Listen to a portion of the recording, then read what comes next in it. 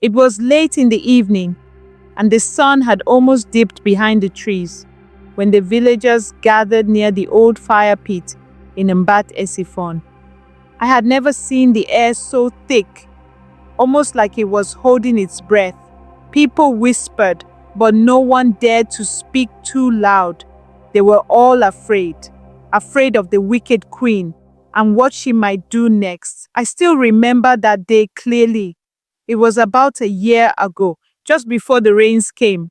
There were strange happenings all over the village, and the people were nervous. It started with the animals. The cows wouldn't give milk, the chickens stopped laying eggs, and the goats began to wander into the jungle, never to return. People thought it was just bad luck at first, but that didn't explain the terrible dreams people began to have. They told me about her, the wicked queen. She was a spirit, some said. Others said she had once been a powerful ruler who had turned wicked after she lost her throne.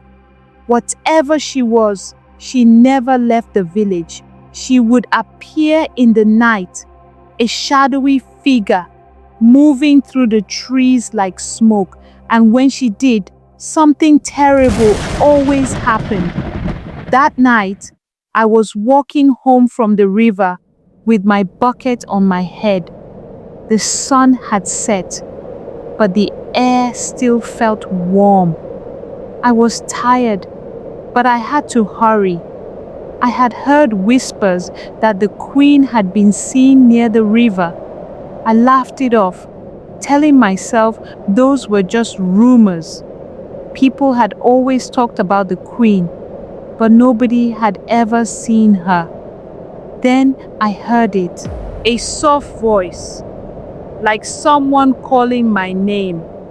At first, I thought it was the wind, but the voice was too clear. It came from the bush to my right. I froze, my heart hammering. "Who's there?" I called out, but the voice didn't answer. It just whispered my name again, like it knew me.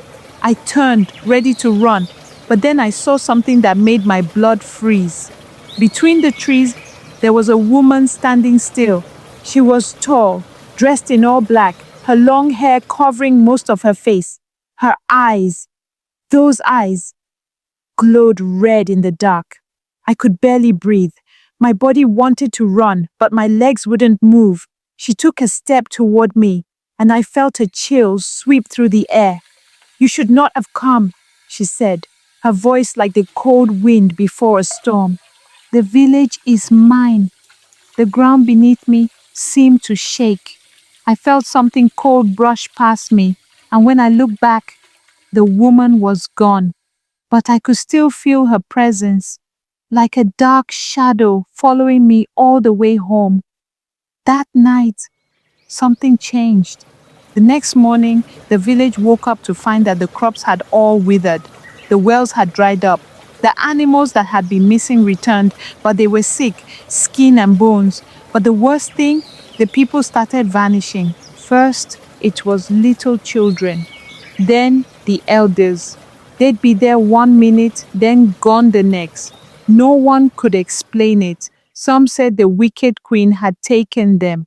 Some said it was a curse, but no one dared to speak of it too much. Fear kept everyone quiet. I couldn't help but remember the woman I saw by the river. She was real. The queen was real. And I had no doubt that she was the cause of all this misery. I began to hear the voices at night, just like the others. Soft whispers calling my name, saying things that I couldn't understand. I tried to block it out, but it got worse. One night, I decided to go to the elders for help. I found them gathered in the center of the village, holding their hands together in prayer. They were afraid too. They spoke of sacrifices, offerings, anything to keep the queen away. They said she fed on fear, and if we gave her enough, she would leave us alone. But I didn't believe them. I had seen her. I knew she wouldn't leave. I went to the place where she had appeared, near the river. I thought maybe if I stood there, I could talk to her, find out what she wanted. When I reached the spot, I felt that cold chill again. And there she was, standing under a tree, watching me. I could feel the power in her, in the way she moved, in the way the earth seemed to grow quiet when she was near. "You came back," she said, her voice like the crackle of a dying fire. "Why? You think you can stop me?" I didn't know what to say. She was too strong, too powerful, but I wasn't afraid anymore. I could feel the fear slowly leaving me, replaced by something I couldn't explain. She smiled, and for a moment it looked almost kind. Then she stepped forward, so close I could feel her breath. "Your village will suffer," she whispered, "but not if you make the right choice." I didn't know what she meant. The air was thick with tension. My heart raced, but I refused to run. I stood my ground, staring into her red eyes. Then, just as quickly as she had appeared, she was gone. That was the last time I saw her. The village began to heal after that night. The crops grew again, the animals were well, and the disappearances stopped.